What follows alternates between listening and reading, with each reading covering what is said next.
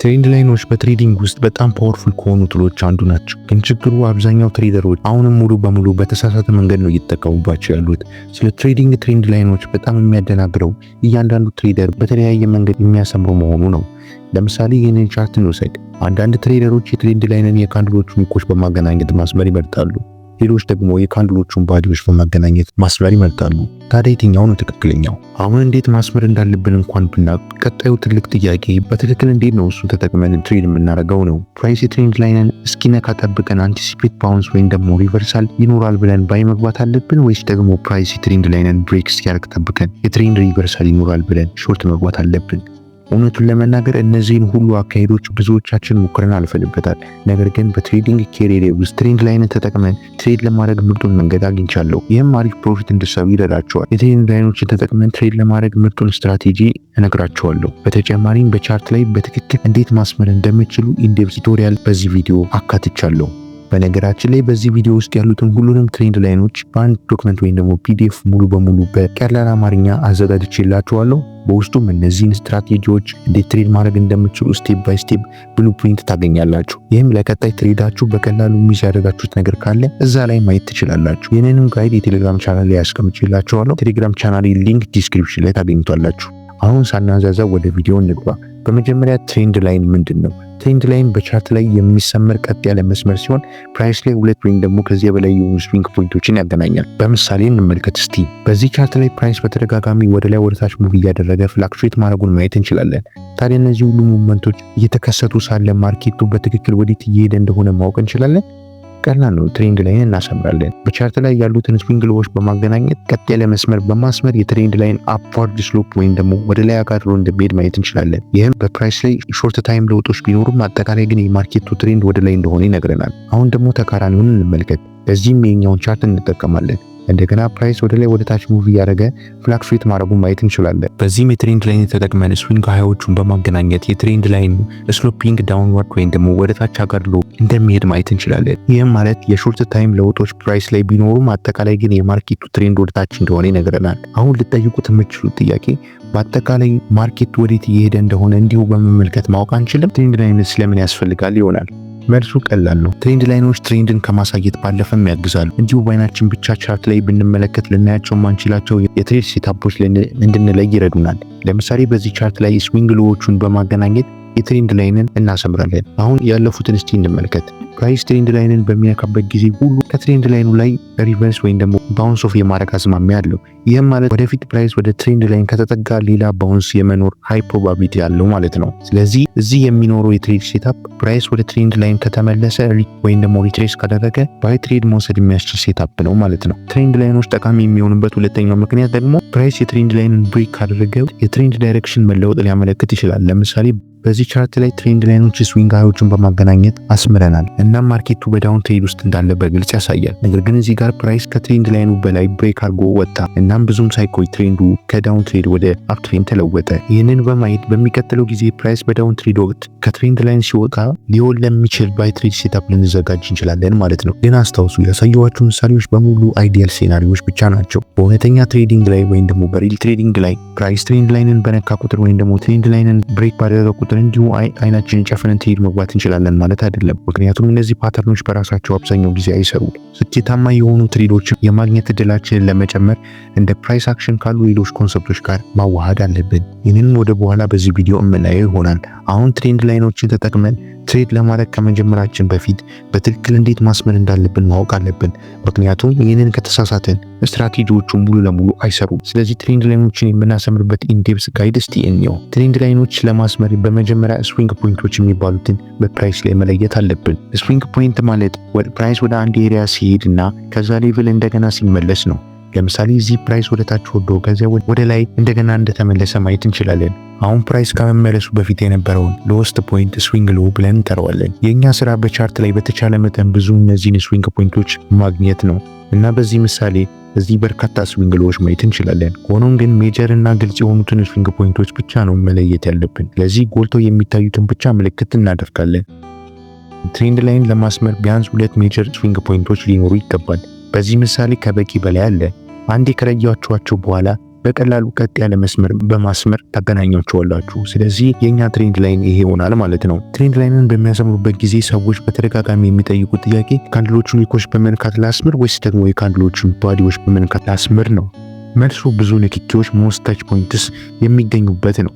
ለምሳሌ ይህንን ቻርት ስንመለከት ዊኮቹን በመንካት የትሬንድ ላይንን ብናሰምር በአጠቃላይ 3 ታች ፖይንቶችን እናገኛለን። ሆኖም ግን የካንድሎቹን ባዲዎች በመንካት ብናሰምር አጠቃላይ 5 ታች ፖይንቶችን እናገኛለን። ስለዚህ ለዚህ ስፔሲፊክ ቻርት ግቡ በተቻለ መጠን ብዙ የንክኪ ፖይንቶችን ማግኘት ስለሆነ ባዲዎችን በመንካት እናሰምራለን ማለት ነው። አሁን ማስታወስ ያለባቸው አስፈላጊ ነገር ትሬንድ ላይን እንደ ቋሚ መስመሮች ወይም ደግሞ ፊክስድ ላይኖች ሳይሆኑ እንደ ኤሪያዎች ወይም ደግሞ እንደ ዞኖች ነው መታየት ያለባቸው። ስለዚህ በምታሰምሩበት ጊዜ የትሬንድ ላይን ስዊንግ ፖይንቶች አጠቃላይ ኤሪያ ውስጥ እስካለ ድረስ ትሬንድ ላይኑ አሁንም ቫሊድ ነው። እንደዚህ ትንሽ ከፍ አድርጋችሁ ብታሰምሩትም እንደዚህ ትንሽ ዝቅ አድርጋችሁ ብታሰምሩትም ምንም ማለት አይደለም። አሁንም በዚህ ኤሪያ ውስጥ እስካለ ድረስ የትሬንድ ላይኑ ቫሊድ ነው። ስለዚህ ብዙም አያሳስብም። አሁን እዚህ ጋር ከላይ ያለውን ፕራይስ አክሽን ከተመለከተ በርካታ ስዊንግ ፖይንቶች ማየት እንችላለን። ስለዚህ እዚህ ጋር እስቲ ትሬንድ ላይናችን ለማስመር እንሞክር። እንደዚህ አድርገን ብናሰምር አንዳንድ ስዊንግ ፖይንቶች ትሬንድ ላይን ላይ ኦቨርላፕ እንደሚያደርጉ ትመለከታላችሁ።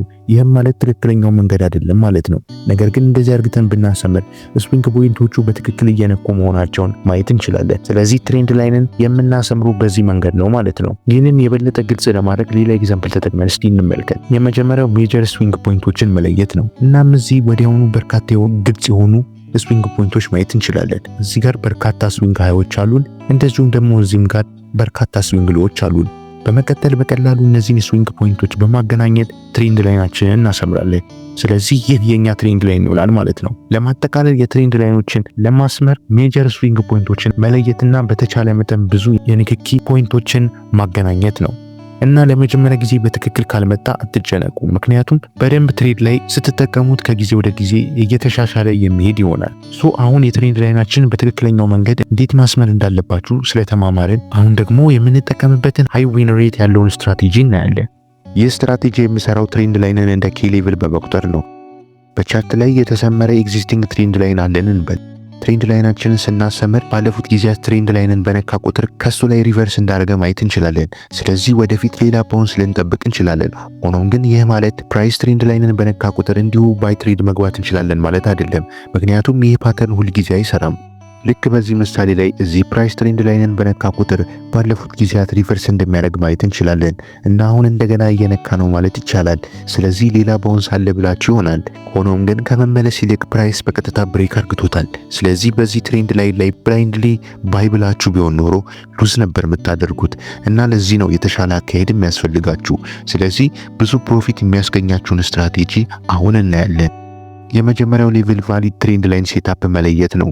በዚህ ቻርት ላይ ፕራይስ አር ትሬንድ ላይ እንደሆነና ልናገናኛቸው የምንችላቸው ስዊንግ ሎዎች እንዳሉ እናያለን። ስለዚህ ትሬንድ ላይናችንን እዚህ ጋር ማስመር እንችላለን። አሁን ማርኬቱ አር ትሬንድ ላይ ስለሆነ ፕራይስ ወደ ላይ ባውንስ ኦፍ እንደሚያደርግ እንጠብቃለን። ስለዚህ ማስመር ያለብን ትሬንድ ላይን ከታች ያለውን ብቻ ነው። በመቀጠል ስቶካስቲክ የሚባል ኢንዲኬተር እንጠቀማለን። እሱን አፕላይ ለማድረግ ወደ ኢንዲኬተር ሴክሽን ትሄዱና ስቶካስቲክ ብላችሁ ሰርች ታደርጋላችሁ። ይህንንም በመጫን በቻርታችሁ ላይ አፕላይ አድርጉ። ይህንን ከጨረሳችሁ በኋላ እኔ ወደምጠቀምባቸው ከስተም ሴቲንጎች ተቀይሩታላችሁ። ወደ ሴቲንጋችሁ ሄዱና እነዚህን እኔ እንደምቀይረው ቀይሩት። ይህም ኢንዲኬተሩ የተሻለ ሲግናል እንዲሰጠን ይረዳዋል። አሁን ሁሉንም ፕሎች አዘጋጅተናል። ስለዚህ ኢንተሪ መፈለግ መጀመር እንችላለን ማለት ነው። አሁን የምንፈልገው የፕራይስ ወደ ትሬንድ ላይን መቅረብ ነው።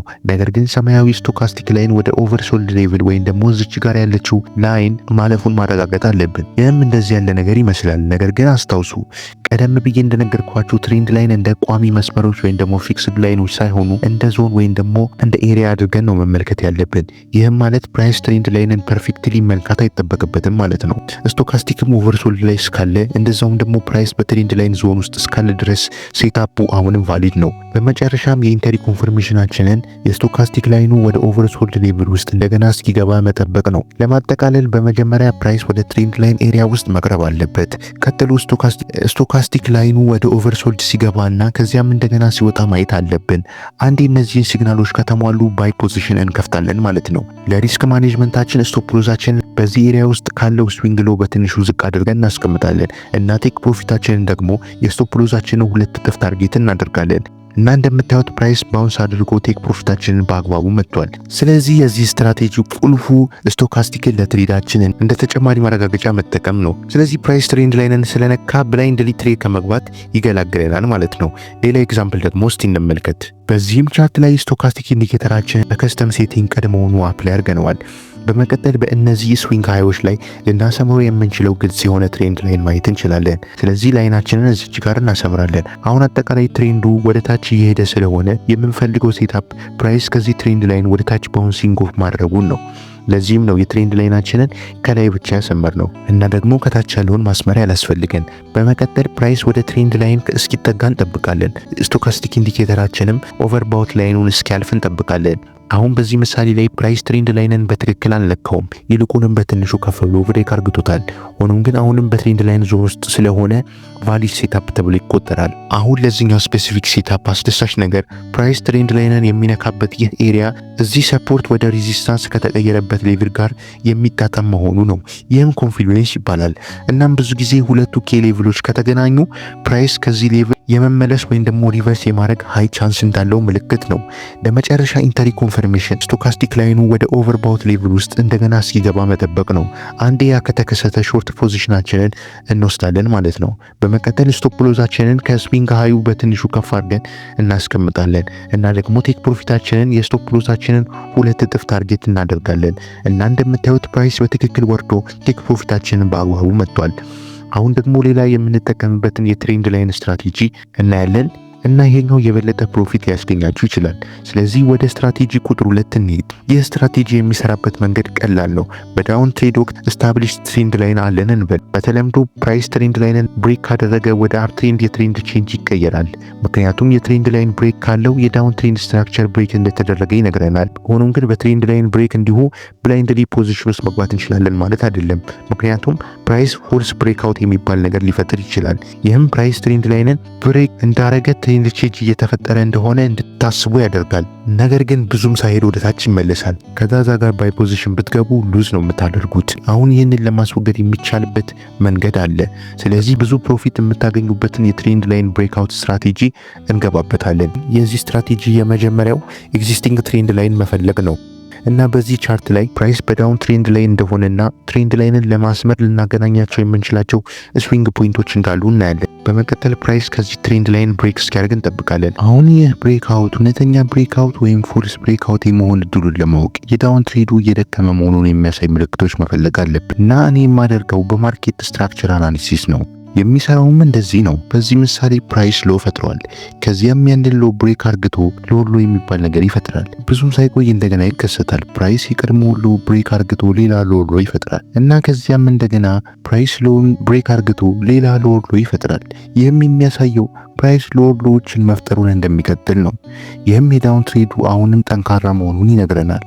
አሁን ግን ብሬክአውቱ ከመከሰቱ በፊት ያለውን ተመልከቱ። ፕራይስ ሌላ ሎወር ሎ መፍጠር እንዳልቻለና በምትኩ ሃየር ሎ እንደፈጠረ እንመለከታለን። የዳውን ትሬዱ ስትራክቸር ፕራይስ ብሬክ ከማድረጉ በፊት መዳከም እንደጀመረ ነው። ሌላ ቁልፍ ማረጋገጫ ፕራይስ ብሬክ ሲያደርግ ካንድሉ ከትሬንድ ላይን በላይ ወይም ደግሞ ዌል አፖፍ እንደሚዘጋ ማረጋገጥ ነው። ምክንያቱም ትሬንድ ላይን እንደ ዞን ስለምንቆጥር ፕራይስ በትክክል ወደ አፕ ትሬንድ መዞሩን ለማረጋገጥ ከትሬንድ ላይን በላይ ስትሮንግ ክሎዝ ማየት አለብን። ስለዚህ ትሬድ ውስጥ ከመግባታችን በፊት የምንፈልገው ይህንን ነው። አሁን የትሬንድ ላይን ብሬክአውት የተከተለውን ሃየር ሎ ማግኘታችን አስፈላጊ ነው። ምክንያቱም በዚህ ኤግዛምፕል ላይ ቀደም ሲል ብዙ ሃየር ሎዎችን እናያለን።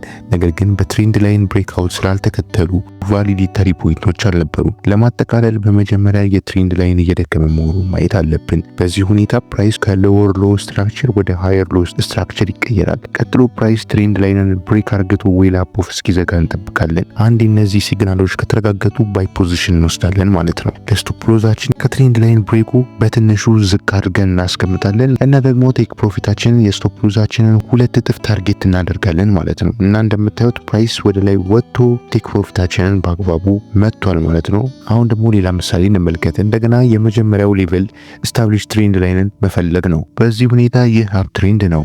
ይህ ማለት ወደ ዳውን ትሬድ የሚደረግ ትሬንድ ቼንጅ እየፈለግን ነው ማለት ነው። በመቀጠል የማርኬት ስትራክቸርን በመመልከት የሞመንተም ሎስ እንዳለ እናያለን። እናም እዚህ ከሃየር ሃይ ወደ ሎወር ሎ ሲሸጋገር ማየት እንችላለን። ይህም ማለት አፕ ትሬንድ እየደከመ መሆኑን ያመለክታል። አንዴ ከተከሰተ ትሬንድ ቼንጅን በማረጋገጥ ፕራይስ ከትሬንድ ላይን በታች ዌል አቦቭ እስኪዘጋ እንጠብቃለን። እናም ይህ ቤሪሽ ሴታፕ ስለሆነ ሾርት ፖዚሽናችንን እዚች ጋር እንወስዳለን። በመቀጠል ስቶፕ ሎዛችንን ከትሬንድ ላይን ብሬኩ በትንሹ ከፍ አድርገን እናስቀምጣለን እና ቴክ ፕሮፊታችንን ደግሞ የስቶፕ ሎዛችንን 2 እጥፍ ታርጌት እናደርጋለን እና አሁንም እንደምታዩት ፕራይስ ወደ ታች ወርዶ ቴክ ፕሮፊታችንን በአግባቡ መጥቷል። አሁን ይህንን ቱቶሪያል እስከዚህ ድረስ ከተከታተላችሁ ስለ ትሬዲንግ መማር ከልብ ከመፈልጉ ጥቂት ሰዎች መካከል አንዱ እንደሆናችሁ ገምታለሁ። ስለዚህ በዚህ ቪዲዮ ቫልዩ ካገኛችሁና የበለጠ እንዲሰራላችሁ ከፈለጋችሁ ሰብስክራይብ እና ላይክ ማድረግ እንዳረሱ፣ እንደዚሁም ደግሞ ኮሜንት ላይ በቀጣይ እንዲሰራላችሁ የምትፈልጉት ነገር ካለ አስቀምጡልኝ። ፒስ አውት።